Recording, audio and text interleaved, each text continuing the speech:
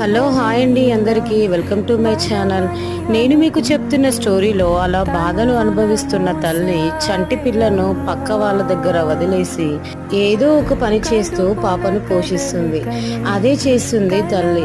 ప్రతి తల్లి తన కడుపు నింపుకోవడం ఏమో కానీ కన్న బిడ్డ ఆకలి తీర్చడానికి ఎలాంటి పాచి పని అయినా చేస్తుంది కదా.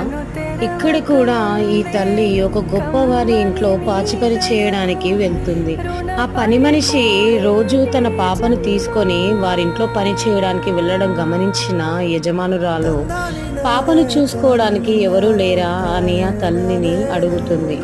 దానికి ఆ పని మనిషి నాకు ఎవరూ లేరమ్మా, నేను నా పాపనే ఉన్నాము అని సమాధానం చెప్తుంది.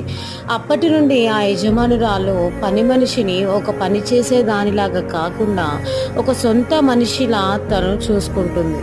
నెక్స్ట్ వీడియో కోసం వేచి ఉండండి.